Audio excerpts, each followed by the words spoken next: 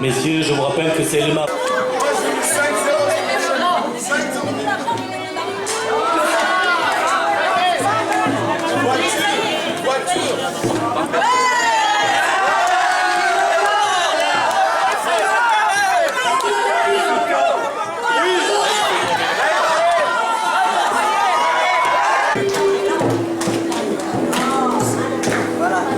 Allez, après, va rejoindre donc la mariée. On va faire le bassi. Le bassi, c'est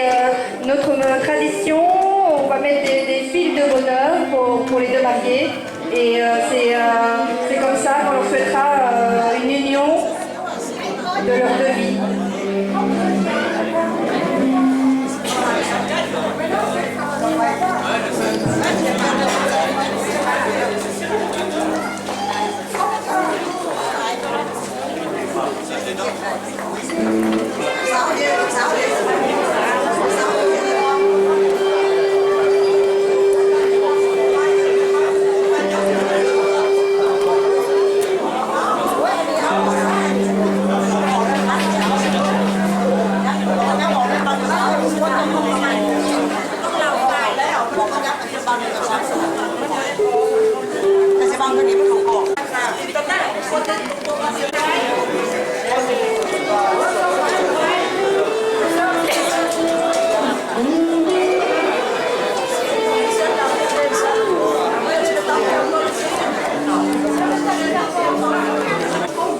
Alors, avant de commencer la cérémonie, je voudrais bien quand même expliquer quelques mots en français.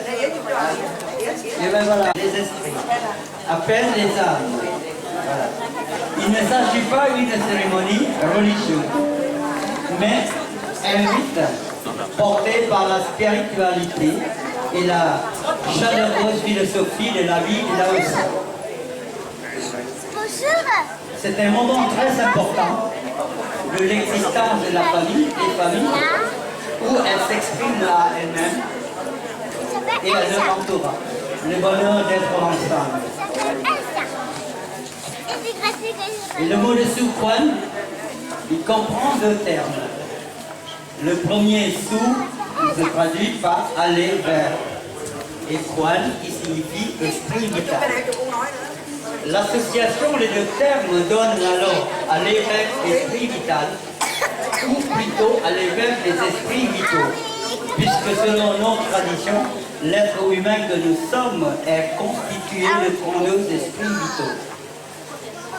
La cérémonie de Souquan désigne donc la cérémonie appelle des esprits vitaux. Et cette cérémonie peut se présenter de la forme à la plus simple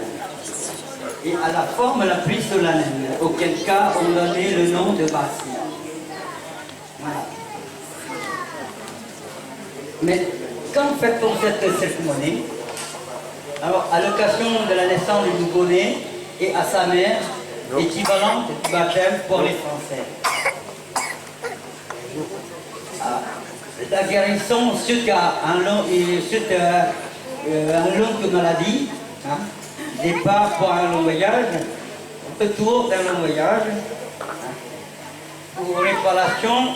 suite à un accident quelconque subi. Et aussi le nouvel an là-haut au mois d'avril. Voilà. Et mais pourquoi la cérémonie de Souquan? Selon la tradition ancienne basée sur l'animisme et brahmanisme, l'homme est constitué de 32 esprits vitaux, et ces 32 esprits vitaux sont pour habitat les différentes parties du corps humain. Par exemple, à la tête siège le poil noir, aux cieux, récit de pointard et à la bouche, pointe-part, etc. Lorsque ces 32 esprits vitaux se trouvent à leur place respective, l'homme retrouve leur équilibre, il se porte bien et en bonne santé. Mais seulement que ces esprits sont très vulnérables et vagabonds, ils ne demandent qu'à quitter à leur place respective, leur habitat respectif. Voilà. Et bien, lorsqu'un certain nombre de ces esprits abandonnent le domicile, l'homme tombe malade et perd son équilibre. Voilà. Et c'est pour ça, cette cérémonie, pour les faire venir réintégrer à leurs places respectives. Les pakwan, ce sont des plateaux d'esprits vitaux, un ou deux selon la cérémonie, mais si c'est pour la maladie, pour les nouveau-nés, et pour accueillir la bienvenue, un plateau suffit. Mais si c'est pour la mariée, il en faut deux. Un est destiné pour la mariée et l'autre pour le mari. Voilà. Et qui dirige cette cérémonie? Alors si c'est pour la maladie, la petite maladie dans la famille, c'est le plus ancien de la famille. Le grand-père, le grand-mère, père ou mère, ou un bon suffit. Mais si c'est pour la cérémonie importante, on recourt à un officiant. En Laos, c'est mon pote. Et appelé également le Pram, c'est-à-dire que le Brahman. C'est-à-dire évoque le brahmanisme, une religion ancienne de l'Inde antique. Vous voyez? Et bien voilà, quelques explications. J'espère que ça vous aide un petit peu de comprendre le déroulement de la cérémonie. Voilà. Et maintenant, je vais commencer. Je vous invite à tout cet ensemble à la place ici, tout ensemble concentrés ensemble sur la cérémonie et sur qu'il soit passé très bien terminé. Hein. Merci. En personne, on a ma pouquette, ma main.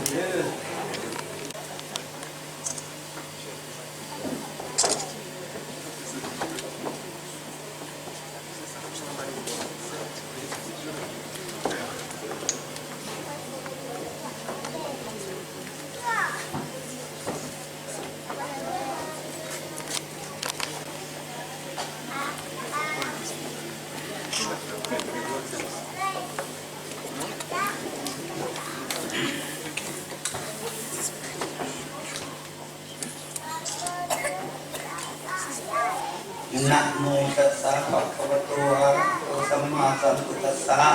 Namo tassa bhagavato arahato samma sambuddhassa.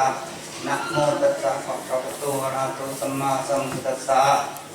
Sakke kami rupe kiri sikkhati dantari kiri mane. Kirate jakami taruna kahane kema utumi kete. Umariyan duteva cara taravisme yakka kanta naka Ittanta santi kenyang muni rawatanang satavo me sunandu Sukha ขอถือโอกาสอัญเชิญพวกเทวดาเจ้าทั้งหลายที่สถิตอยู่สวรรค์ชั้นฟ้าพร้อมทั้งสิบพระบิดาเจ้าเราเทวาอันสถิตอยู่ในทิพาภิมันมะพร้อมอันที่ตั้งอยู่ตามอากาศและลมลอยตามมั่วให้นาสวนเนือนซานบางสองตามวัดวาอารามตามภูผาป่าไม้ขอแอบนักสถานที่นี้ก็ดีและขออัญเชิญทั้งยักษ์คันทัพนาคาอันที่สถิตอยู่ในเขื่อนทั้งน้ำและทั้งบกที่บกและหาเพียงหรือนางหน่วยน้องคลองพึงกองแอบนักสถานที่นี้ก็ดีขอจงได้มาเป็นสักขีพยานในงานวิวาหามงคลของครูบ่าวสาวในมือนี้ให้มีความยำให้ดีมีแห้งให้เจริญมุ่งเรื่องแก่ครูผัวใหม่เมียใหม่ในมือนี้ก็ข้าเจริญสิทธิพระพรบวรพิเศษอารุณยเดชเตโสอาวหาภิปะโหมหาไสยโยมังคลาธิเลกอาเนกรวยราศีมือนี้แม่นมือสังวันนี้แม่นวันดีวันดิธีอุตตมะโสโตไปนี้หากแม่นตกไม่จันขันไปนี้หากแม่นขันไม่แก้วเท่าแก่ตกแต่งแล้วจึงได้แต่งเป็นผักหวานอยู่ซ้อนร้อนใส่ลายมีทางฝ่ายผูกแขนมีทางแหวนใส่คอที่ปัดน้อยสอยสังวานอาหารลายเรื่องอาสักประภาพร้อมทุกสิ่งอันมีทั้งผู้พันและมักขีเฝ้าวางหีดาดามาหาหอมห่วงเฮาเหล่าของน้อยใส่ผักหวานส ส่วนมาโอมเต่าเขาตุ่มปุ๋ยใบสีมีตั้งไข่หน่วยดีเกี่ยงปอดพระนไทยรักษาองค์มาแต่เมืองฝ่ามาก่อนหนาซื้อคุณสีคุณพันสีสมสังน้ำสะพาดพื้นดินมีพระราชอาญากงปาสิทธิพระพรบวรวิเศษอาดุลยเดชเตโสปัสไสยตุภาวังไสยมังคลังดังนี้เป็นเขาปากดเขาเป็นปีสมฤทธิไสยโสโนโนเป็นมิ่งเมียขวัญตามกระบวนโบหันแต่งไว้ขันดอกไม้ยกขึ้นเพียงตาขันสมมาลุงตาเจ้าโคตรปวดไว้ใส่เงินขาวลูกสาวกบสาวกลางและสาวหลาเพิ่นได้คาดคามาก่อนอยากแค้นดีคุณแฟงดีพ่อแม่เฒ่าแก่และตายายบวชอวยห้ำยำปีไม้ฝ่าห้องห้ำเดือน3ฝูงเบาห้ามมาอุ้มเอานางงามขัดวงบ่ให้ห่างเป็น2ขอเป็นร้องหักอินลูกแก้วกิ่งยังประสงค์ฝูงวงศาตายายเบื้องปูเจ้าผู้แล้วตกแต่งคุณแผงแพงข้ามักลูกแก้วคุณแล้วยิ่งยามามีทั้งหมากคำผ้าหอมห่วงเอาเครื่องหักเจ้าเรือหลายทั้งตายายและพ่อแม่เอาแก่พร้อมผุงเบาสาวห้ามมาซอยย่อพักวันเบื้องใสเจ้าอยู่เรียนเวียนสายและเวียนขวานั้นแม่นสายโถงเจ็ดเหล่าผุงผู้เฒ่าอยู่เบื้องบนบาดนี้คอยจักเซินเอาควันพวนหังเข้ามาเทียมเนื้อมาอยู่เหนือในขี้งคอยจักเซินเอาควันนางงามเข้ามาเจ็บคูทั้งควนเจ้าผู้เป็นผัวว่ามาเยอะควันเอ้ยให้จะมาสมเสยขวัญหิ้งแก้วมาหอดแล้วถักดอกคุ้มฟูมบานจุ้มจีแม่นดอกคัดเข่าถักดอกเขากลมตาเกษางามต่างไรเทียมเขาไม่วันดีขวัญสมศรีสองเจ้าจงเขามาอยู่เหนืออยู่คิงมือนี่วันนี้ขวัญแขนขอให้มาอยู่แขนลีลาขวัญขาขอให้มาอยู่ขาดีไลเขาสุขายใส่ยายามคนมาหันเอาแห่แห่ข่าวบาคาน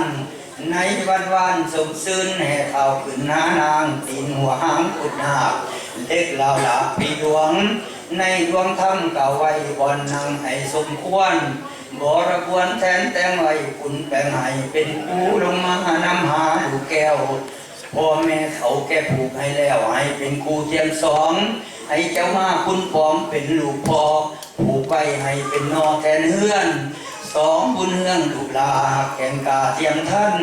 ไข่จักเซินเอาควันบาคานเข้ามาเทียมไรละไม่เมื่อผิวบางสมนางงามนางคาอินฝากกาคุณแฝงให้เจ้ามาเพื่อแฝงเมียแฝงหอดเขาลาบต่อเท่าเงินยิงเทียราคาให้เจ้ามีพุทธิพุทธาอย่าน้อยคอยสวงใส่พอแสนของกำแนนให้เจ้ามีทุกสิ่งสร้างมามินอ่านคำพระญาธรรมตนองค์อาจมีฤทธิเดชกาลือซาตามตำราเก่าไว้อินตอนไทยถวายพรเป็นคำสอนสั่งโลกตกคนแก้วหักเอาขวัญเหมือนดังสาวสวรรค์มาปันแดงเอาอินแบงไก่สอนดอกไม้ซ่อนแซมเก่าบัดนี้ข่อยจักเซินเอาขวัญพวกเจ้าพร้อมพำทั้งสองมาเยอะขวัญเอ้ยเพราะเมื่อตาเป็นคำลงหลับป่าแซงเพราะเมื่อตาเป็นแดงลงหลับป่าใหม่ขอให้ควรเจ้านั่งจงเขามาหานางอย่าซาแม่เจ้าแอนสวนขาคอยหามีทั้งผากะสาแพ้ไล่สอนเสือรัศมีแก้วเรือทักแซวไม้แดงควรจำแพงให้เจ้ามาเทียมคู่ควรเจ้าอยู่ฝ่าแดงไก่ก็ให้มาซามือนี้วันนี้ควรเจ้ายั่งน้องอะไรนำสู้เก่าก็ให้มาซามือนี้วันนี้ให้เจ้ามาสะเก็ดเก่าถักดอกบัวละพันให้เจ้ามาท่าจันแม่เจ้าแต่งให้มาดอกไม้ของเกศสวยด้วยมวยบ่ยาวผสมใส่ซององพี่น้องบ้านไหนคอยหานางธิดาบ้านเนื้อคอยสนหาเพิ่นสาเจ้าคุณกวงสู่พายให้เจ้ามาสะเวยง่ายผ้าขวัญแต่งใหม่ให้ได้ก้อนเขาไข่ปากขวัญเจ้าทั้งสองตามทำน้องโบหันแต่งไว้หมอบอกให้ว่ามือดีแม่นมือดีคอยจักเชิญเอาควันสมศรีขึ้นนอนมอนสอนเสือ ให้เจ้าได้สืบเสื้อพ่อแม่แทนเฮือนถึงปีเดือนฝนห้วยห้องหำวัน8 ค่ำให้เจ้าอยู่จำศีลวัน14 15 ค่ำให้เจ้ายินดีตักบาตรอย่าได้ขาดเวลาใส่หน้าคนคิ้วขอให้มาอยู่คิ้วลีลาคนตาและคนแก้มคนปากแหมและคนข้างคนแอวบางคนนุ่มบ่ำพร้อมขอให้มานั่งออมพักวันว่ามาเยอะคนเอ้ยมื้อนี้แม่นมื้อดีวันนี้แม่นวันเฮาผู้เฒ่าเกิดเป็นสาวก็ว่าแม่นมื้อนี้วันนี้ขอทานได้แต่เฮือนก็ว่าแม่นมื้อนี้วันนี้นอนหลับได้เงินหมื่นก็ว่าแม่นมื้อนี้วันนี้นอนตื่นได้เงินแสนก็ว่าแม่นมื้อนี้วันนี้แขนเท้าไกลแขนนั่งก็ว่าแม่นมื้อนี้วันนี้เขาเต็มค้างลืนคือก็ว่าแม่นมื้อนี้วันนี้3 มือให้เพิ่นได้แก้วมงคลมาหาเจ้าเด้อหามือให้เพิ่นได้เสื้อผ้ามาให้เจ้าเด้อตั้ง2 ขาให้สุขสบายพร้อมๆให้อ่อนน้อมตั้งต่อสมเสยเจ้าเป็นเคยให้เจ้าทำใจกว้างอย่าปากกาสรรพสิ่งใดๆไล่ไก่ให้เจ้าว่าโซ่ไล่ม้าให้เจ้าว่าเสไล่งัวไล่ควายให้เจ้าว่าเฮ้อเจ้าอย่าดื้อเตะเตี้ยวซุยซ้ายต่อหน้าเจ้าโพดอย่าปากโพดพังงานให้มีใจเหลื่อมใสต่อนางงามแก่นไทยเจ้าเป็นลูกสะใภ้ให้เจ้าหักแม่ผัวอย่าได้เว้านัวคนผัวซึ่งสู่เจ้าผู้นักปาดฟังคำถึงเดือนดำเจ้าอย่าได้เที่ยวดินยำคำเดือนหลังต่ำนั่นแม่นเงินอาสายขาสูงหลังใหญ่กับทอดใจปานลมหลังผมนั่นแม่นเงินพอหลังต่อหน้าดังใส่แขนไม้รวมกลางหุ่นหาเป็นพื้นหาองดินขอมีหอเย็นหลังสูงพร้อมผาดองค์มาอาจแก่นิงอาสนัยให้ในเรือนนำสางบ่อแก้วหลังนี้พอได้มอบให้แล้วแค่พวกลูกทั้งสองให้เจ้ามาคุณปองกินท่านอย่าให้เจ้าได้สืบสานยิงเทียราคาได้กินซีนให้เจ้าทรงเงินอาได้กินปลาให้เจ้าทรงเงินยาเพิ่นซาเจ้าบุญความสุภาพมีลูกชายให้ได้ผู้ประเสริฐให้เจ้ามีลูกแก้วเกิดวมอุทธรให้เจ้าฟังคำสอนตายายพ่อแม่ให้มีใจเผื่อแผ่พี่น้องวงศาตาเบื้องซ้ายเจ้าอย่าเลี้ยวหาซ้ายตาเบื้องขวาเจ้าอย่าเลี้ยวหาสู่ถึงยามแรงให้เจ้าแต่งผ้าเขาถึงยามเศร้าให้เจ้าแต่งผ้าง่ายอย่าได้นอนหลับไหลตื่นสายพิธีให้เจ้าจิตมาไว้ทั้งกอกจากพันเจ้ามีผัวให้เจ้าถิ่งใจเก่าเราให้หน่อยให้เจ้ายายไพเราให้เจ้ายายขุนมือมงคลของเจ้านางแก้วหมอบอกแล้วจำปัดตึงถวายพรเป็นคำสอนพระอินทร์สร้างโลกโศกเจ้าแล้วให้เจ้าคอยเพียรเอาว่ามาเยอะคนเอ้ยคนผัวขอให้มาสมเมียอยู่นี่นำถึงยามคำให้เจ้าเขาบนนอนหัวหมุนหมอนตั้งใจหักห้อให้เจ้าตั้งหน้าตอกระทำความดีความสุขมีเพียงพ่อบ่น้อยแล่นคำก้อยอยู่สวัสดีก็ขาดเกินใส่หยักตุภวังใส่หยักมังกลังใส่หยักมหามงคลจัตตโรธรรมาวัดขันติอายุปโนสุขังพาลังวันนี้สิพ่ายเหล่าเด้อวันนี้เด้อพ่ายเหล่าหักหนึ่ง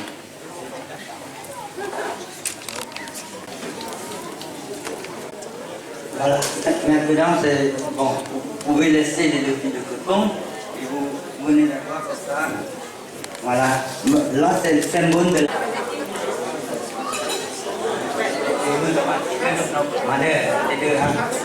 Voilà. Et voilà. Toutes choses négatives, mauvaises, danger, malheur, hein, alors les frustrations, et le blocage, et que ces côtelettes-là, où elles se propagent, vous amènent constamment les bonnes choses, bonne potentialité, la chance, harmonie, solide, bien et s'installe en vous. Voilà. Alors, si tikan, quand si quand tanan, ni kan pai lao, คำผู้เฒ่าเป็นป่าคำสูงเป็นคำลุงคำตามาแต่พ่อแต่แม่เป็นคำเฒ่าคำแก่มาตั้งแต่ปางเมืองหัวขาวเป็นคนเงินความเล่ามาตั้งแต่เปิงหมายิงหัว นำอันนี้มันมองกิดขวดเอาตัวจักรวาลเป็นนิทานต่อไปภายหน้าความขาเป็นว่าอมสะเล่งเป็นความหมันความแม่งนะเป็นว่ามังเจาะเป็นความหอความหันนั่นเป็นว่าเสียวเจียวเป็นความย่นความเล่าเป็นว่าเสียวว่าความไทยเล่าล้านสร้างเป็นว่านำสุราเช้าในอื่นว่านำปล่อยหน้าหรือน้ำตาพิเศษหลายประเทศเขามาสร้างจ่าจะน้อหลายภาษาเขามาสร้างบอกจะน้อนำอันนี้มันเกิดมาสำหรับโลกเป็นว่าเป็นนำการนำหันเป็นทำบุญทำทานเป็นกระเอินหาเราแต่เป็นรอพระเจ้าไปยังเอาเราไปเห็นค่ายพิษณุพิษกระหอดพิษผู้พิษแสนพิษฝากตั้งแต่เศร้าพม่ายังเอาไปขืนผีนำอันนี้มันเกิดมาสำหรับโลกไปได้กินไผ่สดป่วยไผ่ผู้ขี้ทุกข์ได้กินขี้ยากได้กินกระเกาอังเกามีกลัวพ่อกลัวแม่กลัวพี่สั่งพี่กวงผู้ปุ้มล้วนได้กินกับว่าปุ้มตัวนี้ปุ้มดีเกี่ยมกอดปุ้มยอดปัญญาผู้เจ็บตาได้กินกับกระตาตัวนี้ใส่ซองแก้มุงไปหอดเมืองหอมเมืองแผวคนว่าปุ้มไปหอดเมืองแก้วก็เห็นเบิดทุกแห่งผู้ซบแฟนได้กินกับว่าซบตัวนี้แฟนดีแฟนน้ำคนว่าจังว่าอันนี้แต่คนผู้มีปัญญาก็ยังเป็นบ่ได้ผู้ขี้ให้มักแสวงหาเอาเด้อไปสิวิจมือเบิ่งหัวเจ้าเนี่ยเจ้าได้จกให้เงินให้คำถ่วมศอกแขนศอกเอาน้มน้ำคนละมือลูกอกลูกอ้างกันเข้าไว้อยู่ที่ยุ่งนี่แย้มไปชีวิตลงดินไหนนางทอดอันนี้มาต่อยคำเจ้าเด้อลูกเด้อไปชีวิตลงน้ำไปยักษ์กดยานาดมาต่อยสู้มันเจ้าเด้อไปชีวิตขึ้นผู้ขึ้นฟ้าให้เจ้าได้จกเงินห้ำคำศอกไปชีวิตด้วยคำบางกอกให้เจ้าได้แพร่กระสาเอาเงินมาขอบมาไว้แนวไปชีวิตไปกำเงินแก้วให้เจ้าได้เงินห้าเงินแหน่พวกอังแค่พวกเจ้าจะได้มีให้พวกเจ้าห้ำคือเศรษฐีให้มีคือถ้วยข้ามีลูกยิ่งให้มือเจ้าได้ไม้มีลูกไส้ให้มือเจ้าได้เลี้ยงง่ายยายได้แก่ได้คำปุกอาหมกหมักมุนมั่งให้ห้างให้มีให้เกินนันติกลับมาเดินเขาอยากได้เนี่ยพอดิ แล้วนี่นั่นบอลเข้าไป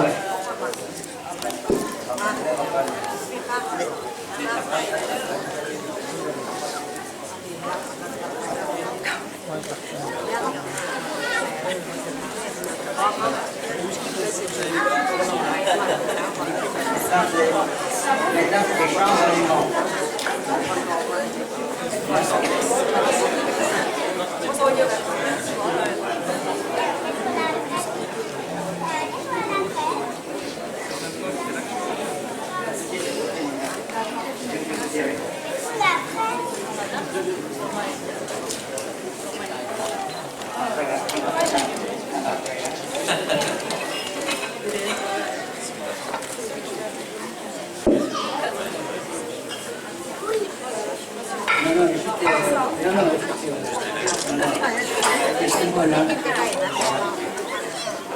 Oui, c'est notre tradition. Hein.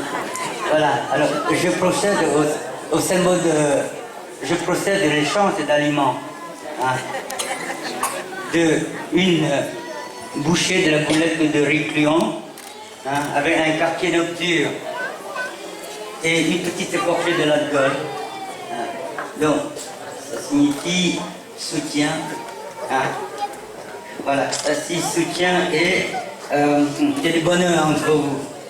Voilà. Alors, de la main gauche du jeune homme, donnez le bouchée à la jeune fille. Et de la main de la jeune fille, donnez la bouchée au jeune homme. Allez-y, allez-y, voilà. Et puis chacun boit une petite de la gorgée de l'alcool dans le même verre. Signe union et soutien. Allez, allez-y, vous prenez d'abord dans le même verre. Là. Non, mais si c'est trop, vous pouvez vider.